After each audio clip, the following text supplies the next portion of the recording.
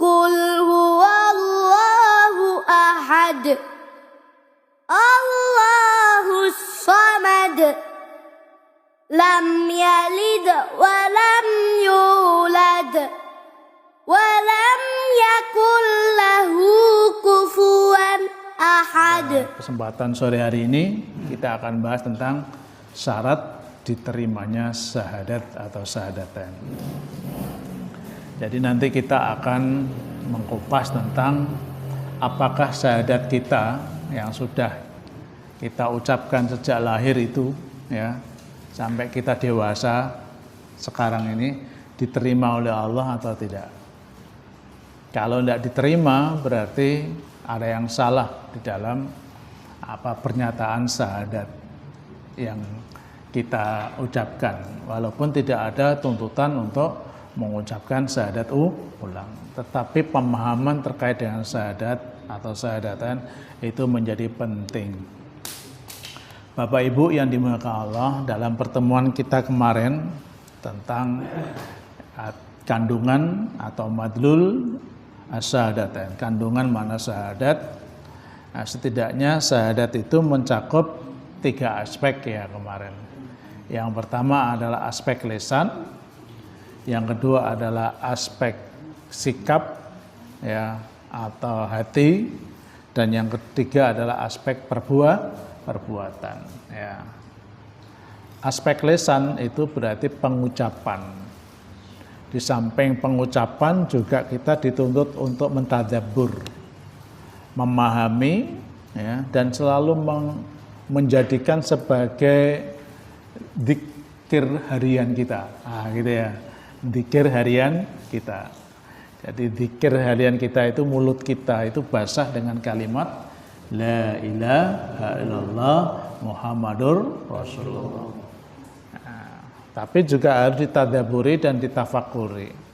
Tadabbur itu maksudnya dipahami ya, tafakur di usaha untuk memikirkan tentang apa yang menjadi lisan kita. Nah, orang yang memiliki kemampuan untuk memahami dengan baik maka akan muncul sebuah sikap ya. Sikap di dalam jiwanya ya. Jiwanya lahir yaitu sikap-sikap yang mampu mencerminkan orang yang bersyahadat.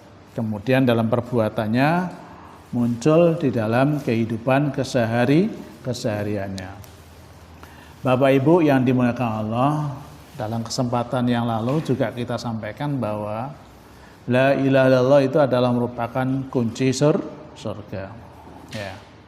Dalam sebuah asar disebutkan ya, ketika Wahab bin Munabih ya, dikatakan bahwa alaisa la ilaha illallah miftahul jannah. Wahai Wahab, bukankah kalimat la ilaha illallah itu adalah kunci surga? Lalu Wahab bin Munabih mengatakan bala, ya. Walakin, nah ini kata Wahab bin Munabih. Walakin laisa miftahun. Tetapi ya, kunci itu bukan sekedar kunci kira-kira ya. Illa lahu asnanun. Kunci itu pasti punya gerigi ya. Gerigi itu bahasa Jawanya apa? Jadi kalau kunci itu kan ada ringgit-ringgitnya. Itu apa namanya? Gerigi. Gerigi. Yes, gerigi itu ya. Giginya kunci ya. Fa in ji'ta bimiftahilahu asnanun, barang siapa yang membawa kunci dengan bergerigi itu ya, kata dia, futikhalaka, maka kamu akan dibukakan. Wa illa, jika tidak ada geriginya, lam yuftah laka, tidak mungkin bisa buka ya, mungkin hanya bisa masuk di gembok tapi tidak bisa buka. Pantainya gerigi ya. Dan geriginya harus pas kan gitu ya, geriginya harus pas, tidak boleh asal gerigi ya, dan tidak boleh asal kunci. Nah, jadi gerigi-gerigi itu apa gitu ya? Gerigi itu apa? Nah, gerigi itu merupakan di antara syarat-syarat di antara kita bisa membuka pintu itu. Nah, kira-kira begitu ya. Di samping tentu ya amal soleh yang kita lakukan. Setidaknya ada 7 ya. Ada 7 syarat atau kunci itu bisa membuka pintu. Nah, setidaknya ada 7 gerigi. 7 gerigi yang bisa membuka pintu dengan kunci itu. Ya. Yang pertama adalah al-ilmu. Apa Pak? Al-ilmu. Ya. Al-ilmu al-munafi al-jahlu. Nah, ilmu berarti menafikan al-jahlu, kebodohan. Yang kedua adalah al-yaqinu. Al-yakin al-munafiq al-munafi asyak. Nah, yaitu keyakinan. Jadi, keyakinan itu meniadakan keraguan. Ya. Yang ketiga al-ikhlasu. Apa? Al-ikhlasu. Al-munafi asyirku. Ya. Keikhlasan itu menafikan kesyirikan. Yang keempat adalah jujur, ya, al-jujur, as-sidqu, ya. As-sidqu, ya. Al-sidqu al-munafi al-kadzibu, yaitu menafikan, yaitu kedustaan. Yang kelima al-mahabbatu, apa? Al-mahabbatu, kecintaan, ya. Kecintaan. Kecintaan itu meniadakan yaitu kebencian, al-baghdhu. Yang keenam yaitu al-qubul, menerima, ya. Menerima. Karena menerima maka dia tidak boleh menolak, ya. Dan yang terakhir ini nanti pelaksanaannya, yaitu tanfid. Jadi wujud nyata di dalam apa kita mengaitkan dengan syahadat yang kita lakukan. Jadi kuncinya syahadat itu ada berapa? 7. Yang pertama apa? Yang pertama apa? Al-ilmu al-munafi lil jahli. Ilmu itu menolak kebodohan. Seseorang yang bersyahadat dia dituntut memiliki ilmu. Memiliki ilmu itu maksudnya memahami terkait dengan apa itu la ilaha illallah Muhammadur Rasulullah. Nah, kemarin kita sudah bahas ya tentang kandungan makna. Nah, itu termasuk ilmu ya, kandungan makna dari syahadat. Ya.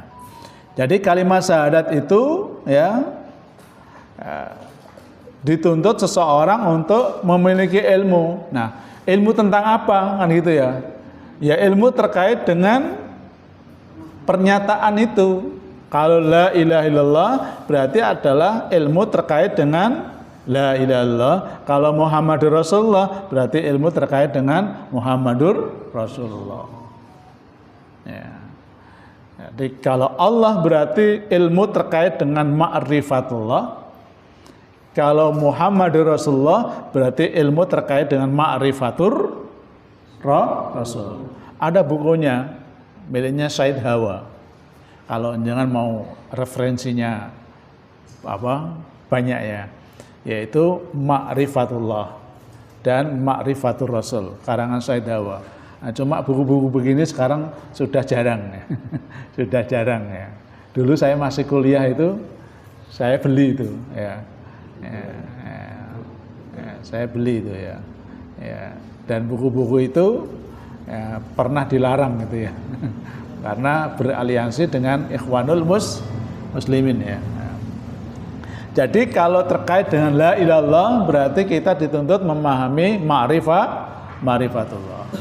Kalau terkait dengan Muhammad Rasulullah berarti kita dituntut memahami ma'rifatur Rasul, yaitu memahami tentang Rasul. Oleh karena itu ya, jika kita tidak memiliki pemahaman tentang Allah dan pemahaman tentang Rasul, berarti gigi yang pertama polos itu ya. Ada. Ya. Jadi jika seseorang tidak memiliki pemahaman terhadap Allah dan pemahaman terhadap Rasul, tentu pemahamannya benar ya, maka berarti ada satu gigi dari gigi-gigi yang ada di kunci bisa masuk ke surga itu lepas. Ya. Maka ketika kita terucap dengan kalimat La ilaha illallah, ya, berarti kita harus memiliki pengetahuan tentangnya. Begitu kita mengucapkan Muhammadur Rasulullah, berarti kita harus punya ilmu tentang Muhammad Rasulullah. Nah, gitu. Ya. Kajian saya banyak terkait itu, ya. Bahkan kemarin saya khutbah Jumat itu membahas tentang ya misi profetik kenabian. Nah, jadi itu diantaranya adalah untuk memahami siapa Muhammad Rasulullah SAW.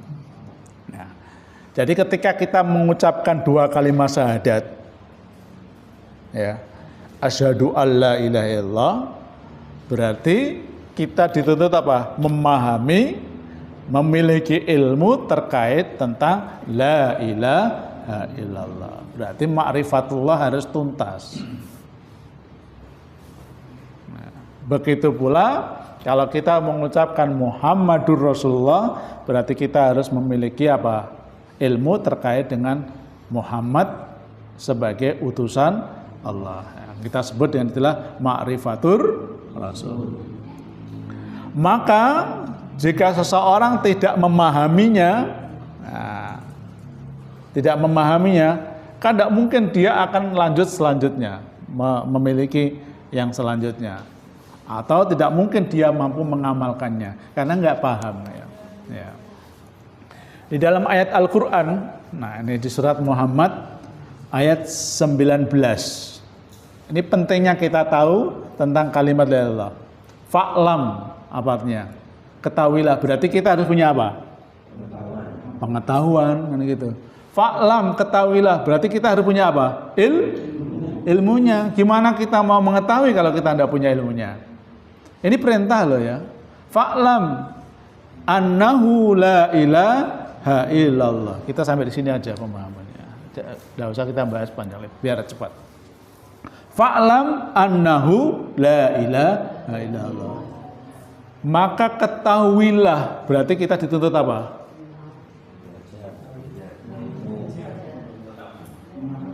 Jadi pesan ayat itu harus ditangkap, tidak hanya sekedar informasi. Ya. Kalau Allah mengatakan ketahuilah, berarti kita dituntut apa? Kalau Allah mengatakan iqra, berarti kita dituntut apa? Kalau Allah mengatakan fa'bud, berarti kita dituntut apa?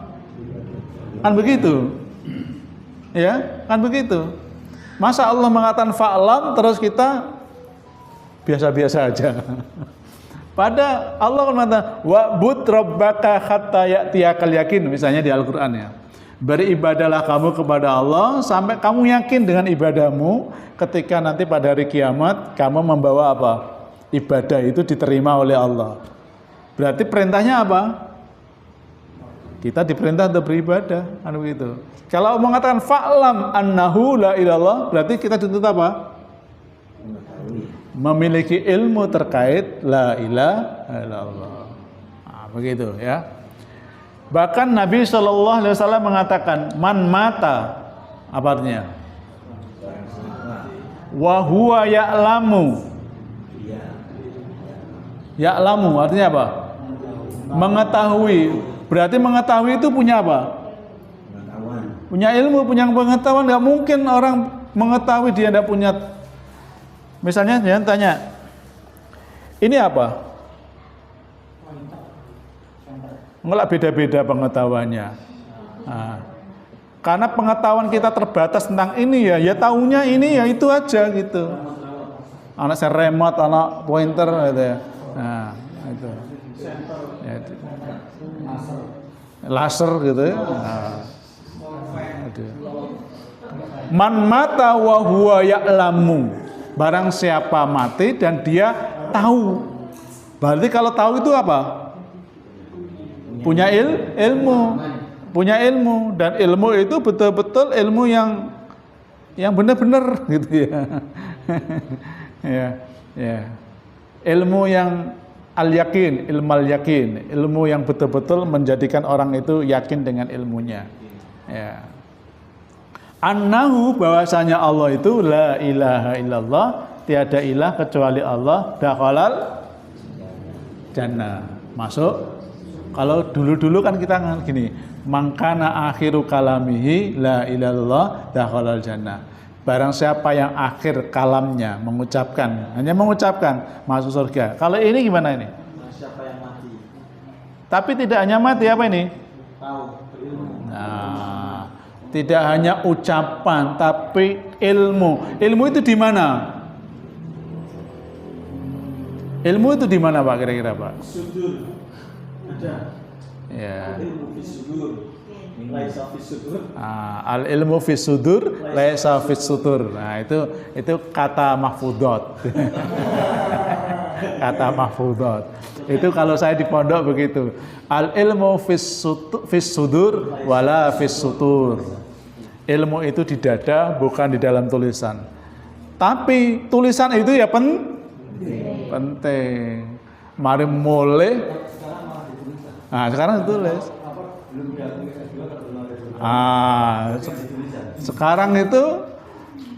Sekarang itu bukti bahwa jangan punya ilmu harus tertulis.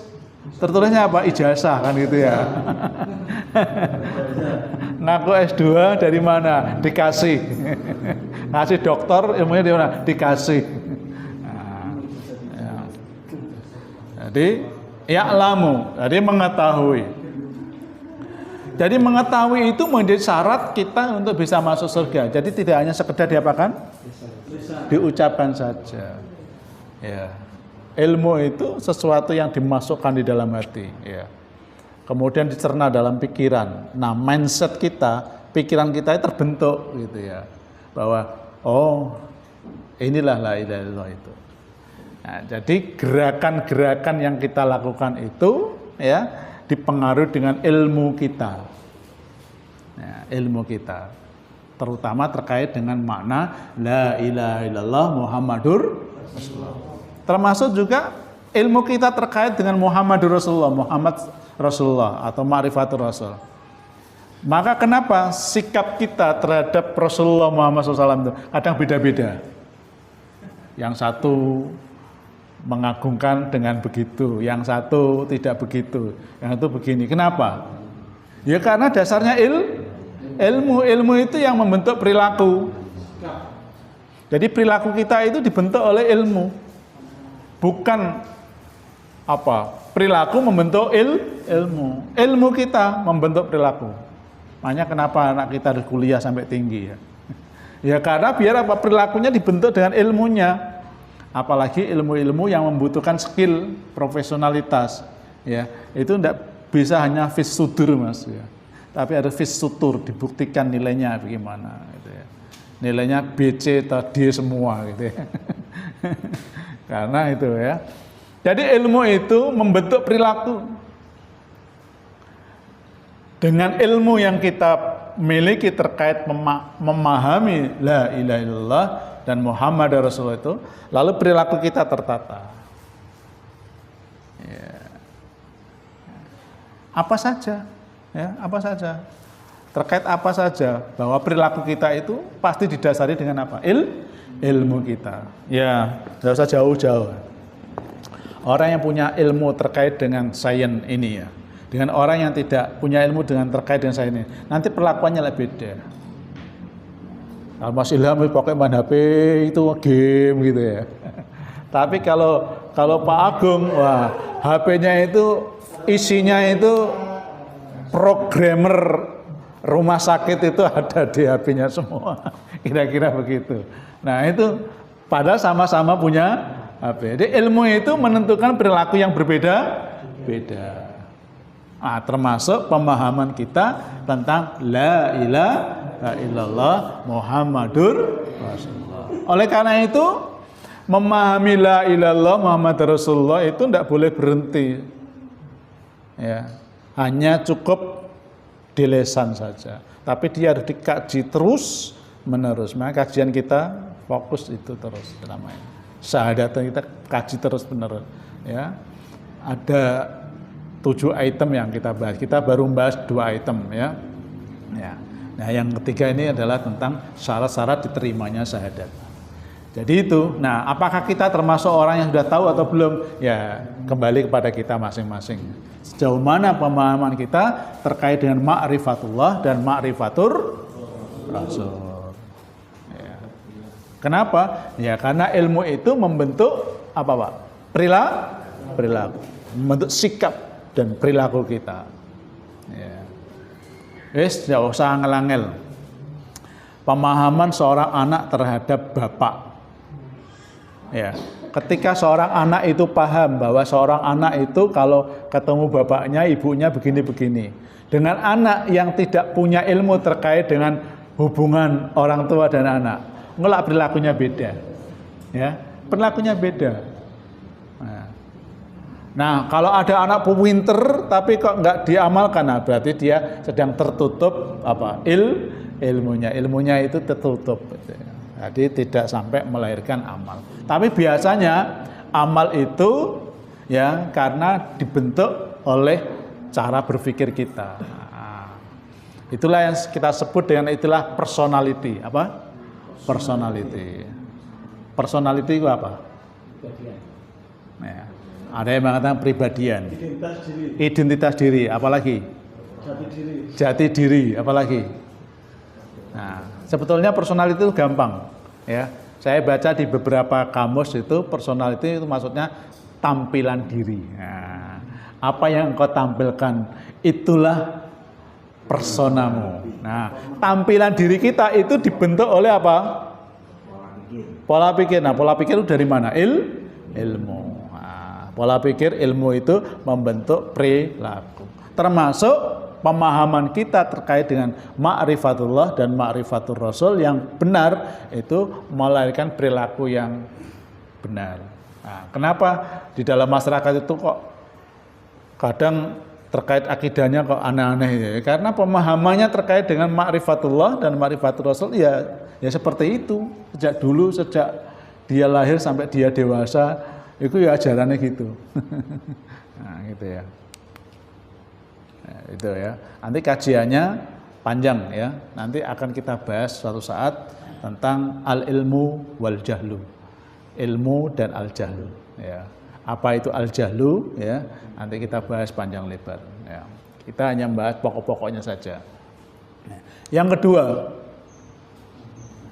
syarat diterimanya syahadat kita. Jadi kunci yang kedua apa? Al-yakin.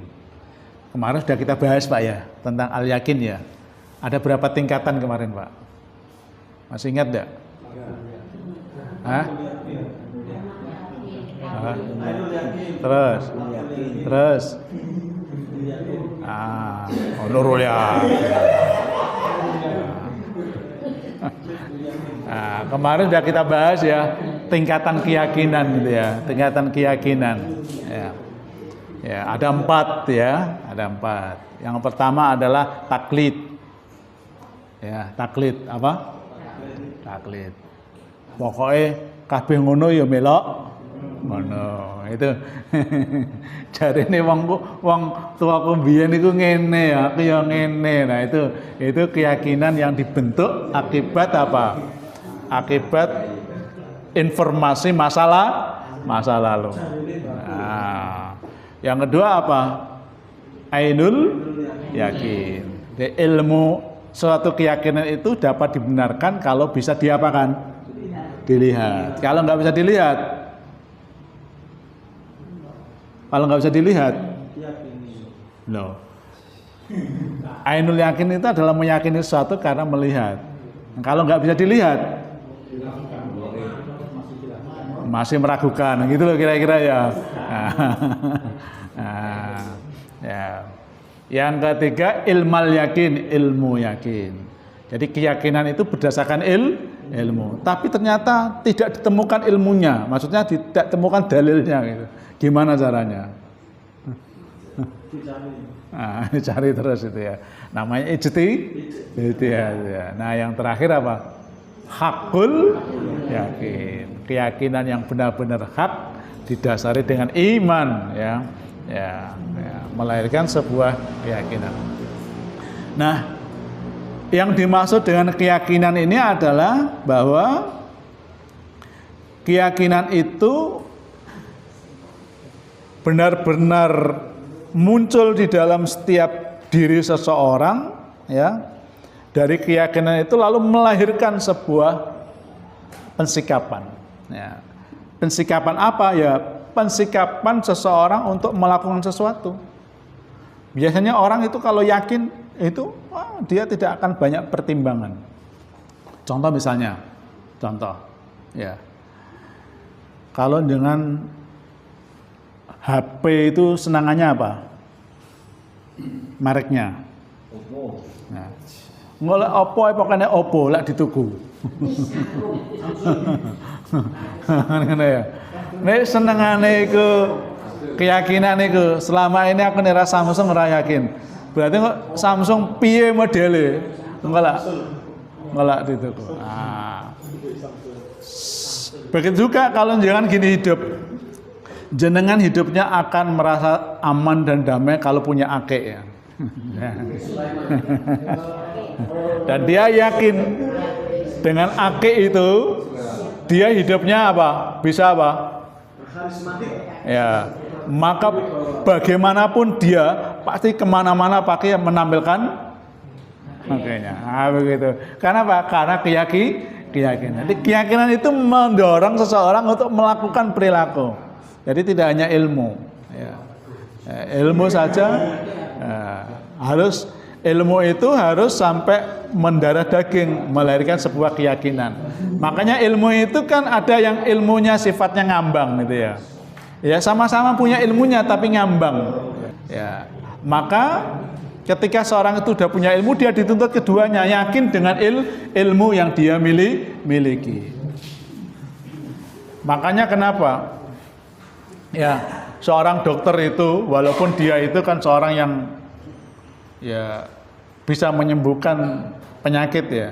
Tetapi ketika dia memastikan penyakit itu bisa disembuhkan tidak, dia kan tidak yakin. Ya. Karena keyakinan itu semata-mata adalah bimbingan dari Allah. Dia hanya memberikan terapi saja. Nah, lalu dia memberikan apa? Motivasi, memberikan dorongan ya terhadap apa? Treatment atau pengobatan yang dilakukan agar pasien ini yakin dengan pengobatan ini bisa sembuh. Nah, kalau dia punya keyakinan itu, maka dia akan ya berusaha berobat dengan sebaik-baiknya. Tapi kalau nggak yakin, contoh gitu aja lah, kemarin ada corona itu ya. Ada corona. Ya. Apakah corona itu bisa mematikan atau tidak? Ilmunya sudah.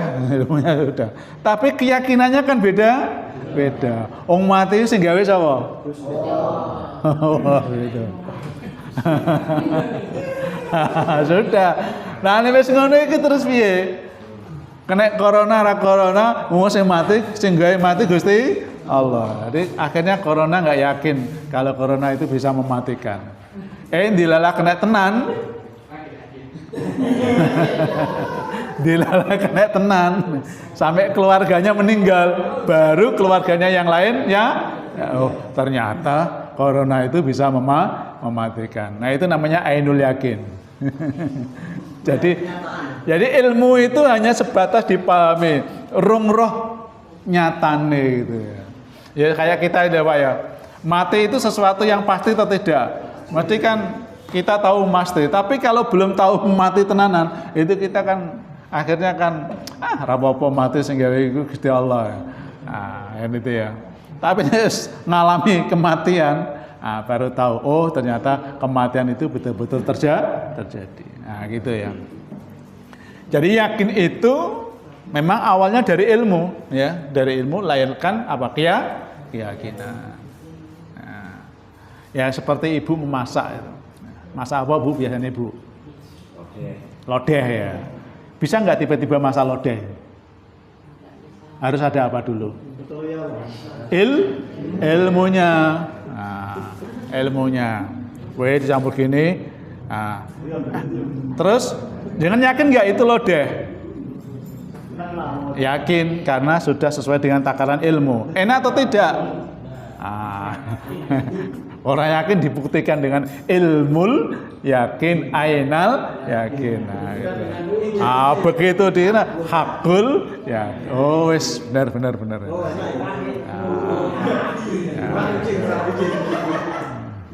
Kan tidak mungkin tiba-tiba seseorang timbul keyakinan kalau dia tidak ada ilmunya. Betul loh, seseorang nggak mungkin tiba-tiba yakin kalau tidak punya ilmu. Jadi ilmu itu menuntun kita untuk meyakini sesuatu.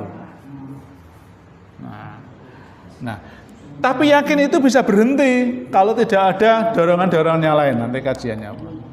Nah, ini, ya, keyakinan itu ya melahirkan seseorang untuk terus mengawal. Nah, karena dia ingin mengawal terus, dia berusaha untuk membiasakan dalam kesehariannya, maka muncullah yaitu pemenuhan terhadap konsekuensi yang ditimbulkan. Ya contoh ngaji gitu Pak ya, ngaji itu ya. Ngaji ini kan memberi dengan apa pertama? Ilmu. Tapi jangan yakin nggak dengan ilmu yang jangan peroleh. Kalau nggak yakin ya nggak akan istiqomah gitu ngajinya. Tapi kalau jangan yakin maka jangan istiqomah. Kira-kira begitu ya. Ketika syahadat terucap, kita harus meyakini ucapan itu sebagai sesuatu yang kita imani dengan sepenuh hati tanpa keraguan. Karena kalau kita ragu sekali saja terhadap keyakinan itu, maka keyakinan itu bisa menjadi melemah.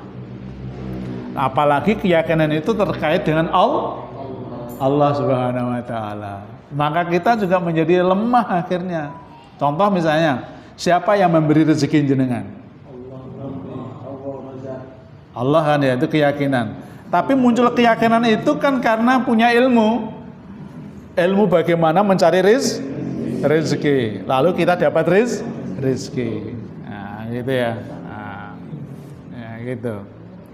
Tapi begitu kita nggak yakin, padahal sudah punya ilmunya. Kalau ilmu dari Allah, maka ketika jenengan dapat rezeki, jangan akan muncul sebuah kalimat seperti kalimatnya siapa? Qarun. Ya, piye Qarun ngomongnya? Innama utituhu ala ilmi. Innama utituhu ala ilmu. Apa yang aku dapatkan ini bukan dari siapa-siapa, tapi dari kerja kerasku, dari ilmuku. Gitu, ya, dia menafikan keraguan. Tapi kalau kita tidak punya keyakinan, maka kita akan mudah diapakan? Diombang-ambing. Akhirnya rono, ya rene, ya rono, ya rene. Nah, punya pendirian. Nah, kalau istilah netizen sekarang parcok. Apa parcok, Pak? Ini istilah baru, parcok. Partai cocok-cocokan. Ada istilah baru. Parcok.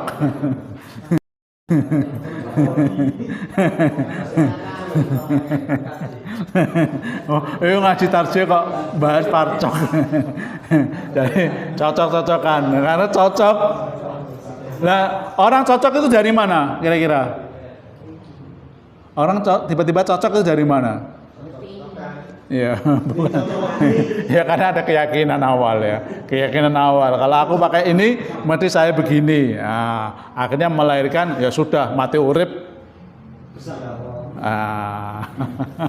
Kira-kira gitu. Mati urip ya. Nah, gitu ya. Tapi kalau jangan ragu-ragu, buah air gitu ya. Contoh misalnya akik ya. Akik itu tergantung keyakinan seseorang. Kalau keyakinannya hanya sebagai apa? Hiasan, ya aksesoris, ya dia hanya menjadikan aksesoris itu aja. Jangan tanya, ibu-ibu itu kan pakai apa biasanya? Ini. Cincin. Cincin ini podo mbek akik podo. Tapi kan fungsinya ibu-ibu apa cincin itu kira-kira? Biasa saja. Tidak diyakini itu. Makanya ketika sesekali tidak pakai itu pengaruh enggak? Enggak. Tapi kalau ibu-ibu meyakini bahwa dengan perhiasan ini maka hidup saya menjadi lebih apa istilahnya? Ya, istilahnya kelasnya naik gitu ya, apa namanya? Prestise gitu ya, prestise. Maka kalau nggak pakai ini gimana? Prestisenya hilang begitu. Nah, prestise itu di samping ilmu yang kita itu karena keyakinan tadi. Nah, ya, sugesti dan jadi itu. Jadi keyakinan itu melahirkan seseorang untuk menetapi secara terus menerus.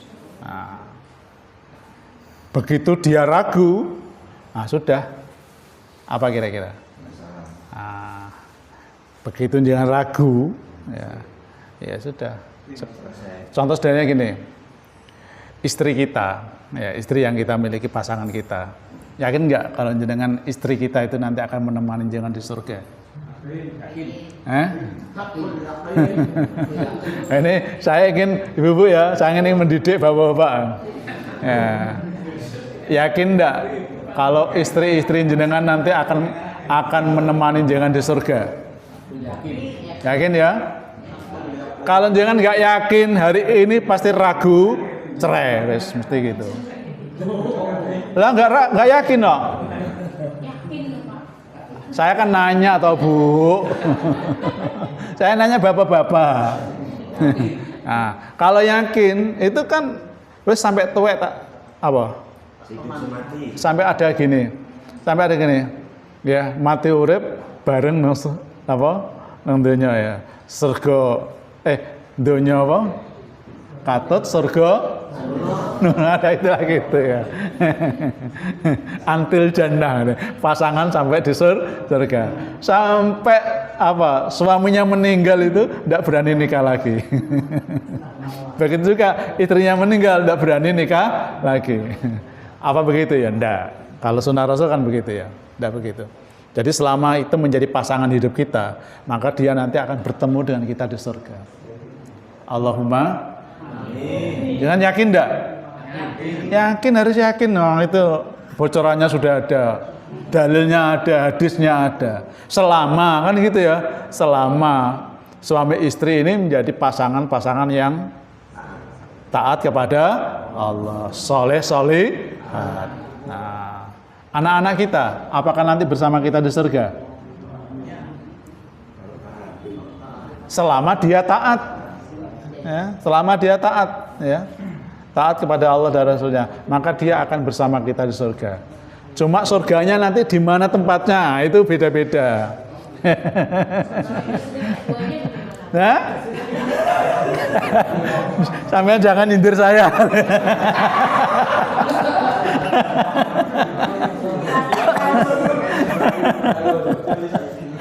Kalau ngaji itu guyon ya. Enggak, maksud saya ini untuk melahirkan keyakinan kita. Keyakinan kita. Yes, jauh pekerjaan kita. Pekerjaan kita, kalau kita nggak yakin bahwa pekerjaan ini akan memberikan kecukupan rezeki pada kita, maka dengan pekerjaan kita gimana kira-kira? Setengah hati, ya wes. Oleh mengenai apa, ini tuh ya. Ya, terutama ibu-ibu guru ini ya. Gajinya kan ras spiral gitu ya. Tapi kenapa ibu-ibu guru itu tekun gitu ya? Nah, Allah tahu gitu ya. Kemudian diangkatlah P3K, kayak Bu Mila diangkatlah menjadi sertifikasi. Ya, begitu gitu ya. Nah, karena keyakinan itu ya melahirkan orang untuk istiqomah. Nah, kemudian pensikapan dan perilakunya keseharian. Nah, itu ya. Tapi begitu kita ragu, ya sudah, ya. Selesai itu, ya, selesai. Ya, selesai. Ya. Di dalam ayat Al-Quran,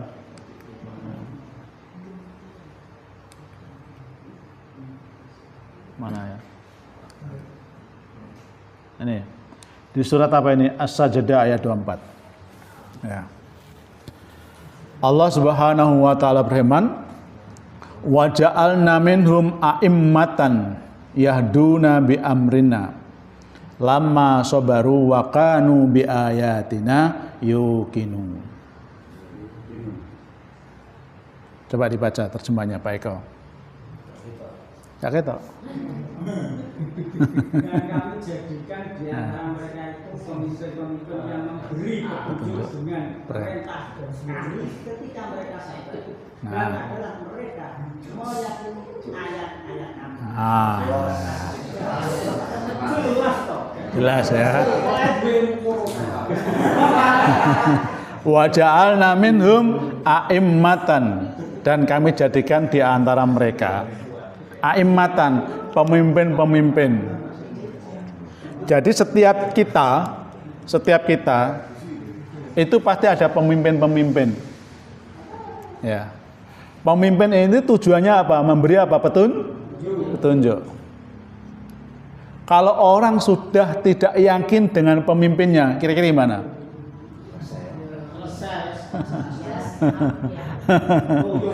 Misalnya gini, jenengan mau ke Bromo gitu ya.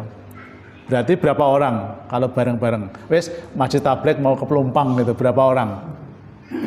8. Pemimpinnya siapa? Nah, maka kalau dalam perjalanan itu harus menunjuk satu pemimpin, minimal sopir jadi pemimpin ya. Atau orang di sampingnya yang menjadi pemimpin. Kalau tidak jadi pemimpin itu tujuannya apa? Ya tujuannya adalah untuk agar tujuan ke Pelumpang itu apa? Betul-betul apa? Tercapai.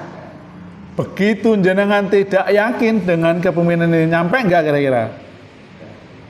Nah, tapi kalau jenengan yakin, nyampe juga. Gitu. Jadi setiap kita itu ada pemimpin. Di mana saja ada pemimpin.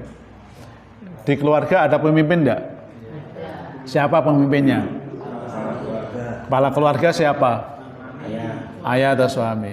Kalau suami sudah enggak diyakini sebagai pemimpin, nah sudah. Enggak ada yang bisa menunjukkan jalan itu. Ya. Atau dibalik, pemimpinnya istrinya gitu. Loh, ada yang gitu ya. Ya, suaminya mengikuti apa saja yang dikatakan istrinya. Nah, ya. Saya tidak membahas itunya. Artinya posisi pemimpin itu loh. Ya. Artinya ketika kita tidak meyakini seseorang itu menjadi pemimpin di dalam diri kita, minimal diri kita sendiri, ya. Ya. Maka ya akan terjadi kekacauan, akan terjadi sebuah minimal penolakan yang ada pada diri kita. Ya. Maka seorang pemimpin itu pasti dia akan menunjukkan jalan. Ya. Nah, orang yang memimpin itu kadang-kadang kan beda-beda. Ya. Ada yang memimpin dengan style yang bagus, ada orang yang memimpin dengan style yang tidak bagus. Ya. Nah, selama dia dalam kebenaran, maka kita harus yakin dengan kepemimpinannya. Tetapi ketika kita ragu dengan kebenaran yang dibawa, maka pasti kita akan menyelisihi daripada kepemimpinan itu. Maka sebagai orang yang mendapatkan ya pemimpin, maka dia harus yakin dengan pemimpinnya. Maka ketika seorang itu tidak yakin dengan pemimpinnya, maka biasanya dia tidak akan mau menghiraukan apa jadi pemimpin itu. Nah, akhirnya apa? Jalan dewe. Nanti sudah jalan dewe, akhirnya apa? Nah, terjadilah banyak kekacauan dan lain-lain. Ya. Nah, ini pentingnya dalam kehidupan itu. Nah, jadi keyakinan itu harus ada. Itu masih dalam hal kepemimpinan. Apalagi dalam hal ibadah harus muncul keyakinan. Ya, kenapa jenengan nek salat itu sope kok kudu ngarep dhewe. Kok enggak sop guring-guri wae. Kena apa nek salat suwi ora cepet-cepetan. Itu di samping ilmu karena ada keyakinan. Saya ingin tanya, sholat Jumat, kemarin saya khutbah Jumat bahas ini, saya sampaikan secara sepintas. Jenengan kalau sholat Jumat itu hadir itu, ya saat mendengar adzan atau sebelum adzan? Khusus jamaah ngajimu akan saya mantapkan keyakinannya. Jenengan kalau berangkat sholat Jumat itu nunggu adzan Jumat atau sebelum adzan Jumat? Yakin?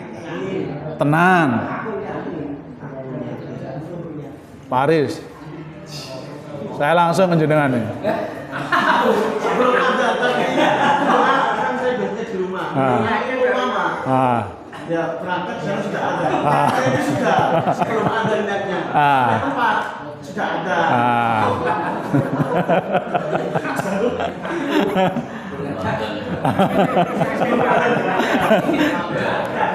Ini murid ngajimu yang ini ki.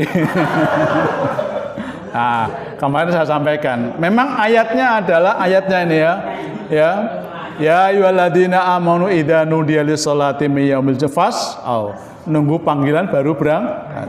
Tapi prakteknya Nabi apa begitu? Nah, ini kaitannya dengan ma'rifatul Rasul ya. Nabi itu enggak begitu. Bahkan Nabi mengatakan setiap hari Jumat malaikat berdiri di pintu-pintu masjid. Dia akan mencatat orang yang masuk masjid. Fal awal gitu ya. Tahu enggak ilmunya? Tahu ya. Begitu khatib naik mimbar apa? Ditutup apanya? Catatannya. Berarti yang datang tidak dapat fadilah maksudnya, tidak dapat fadilah. Tapi masih dapat fadilah ngrungokno khotbah Jumat. Tapi fadilah oh gitu ya.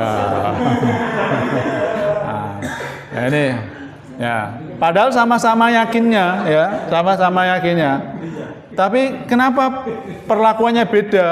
Karena yakinnya satu itu sing penting teko khotbah Jumat. Yang satunya nek iso sebelum azan biar kita mendapat catatan kebaikan malaikat. Loh, seperti itu keyakinan. Nah, orang semakin yakin itu semakin wisuk tekone. Tentu nek ra mergawi ya. Ayo sih, monggo. Terkait dengan hadis yang tadi. Iya. Malaikat itu berada di iya.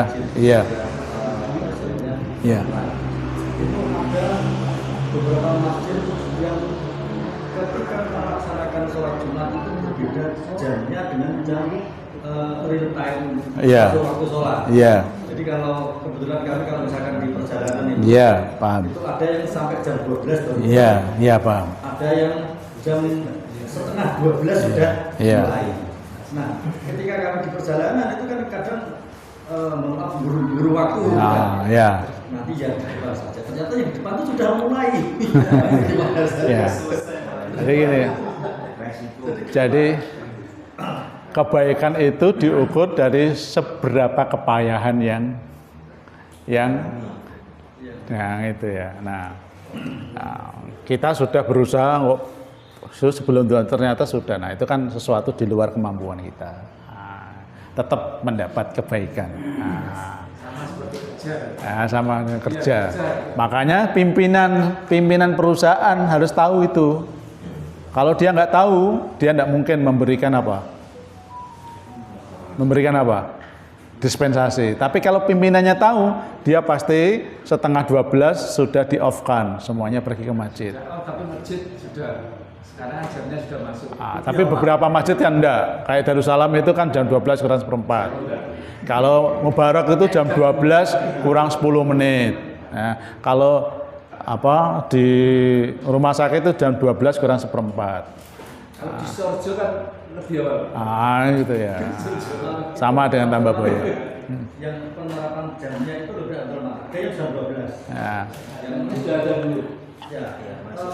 Lebih yang apa istilahnya pas waktu masuk, kan pas waktu masuknya itu Ya. sekitar jam 11.26. Ya. Nah, itu sudah mulai ya. Harusnya kan itu sudah siap semua. Padha mbek ngene lho salat Idul Adha. Iku sing apik sing isu ta sing awan? Amen tak takoni, salat Idul Adha sing apik sing isu ta sing awan? Kenyataannya. Loh kenyataannya kan enggak, jam 6:04 baru mulai. Ya, padahal salat itu semakin pagi semakin baik Idul Adha ya. Ya karena banyak orang Pak gitu ya. Nek salat dhewean, nah, sampean bisa on time ya. Makanya masjid-masjid tertentu menggunakan waktu yang menjadi kebiasaan. Nah, saiki wis ketok. Nek Darussalam berarti kurang 1/4. Nek Mubarak kurang 10. Wis tak tahu gitu ya. Tapi kalau masjid-masjid kita belum tahu, ya pertama berdasarkan ijtihad. Ngono nek rono meneh berarti ya dipasno, oh nek kono masjidnya kok sebiyen sakmene. Ya aku tak sakmene. Aja kaya Pak Aris mau. Nang dalan wis entek waktune. Baik, saya kira itu pertemuan kita.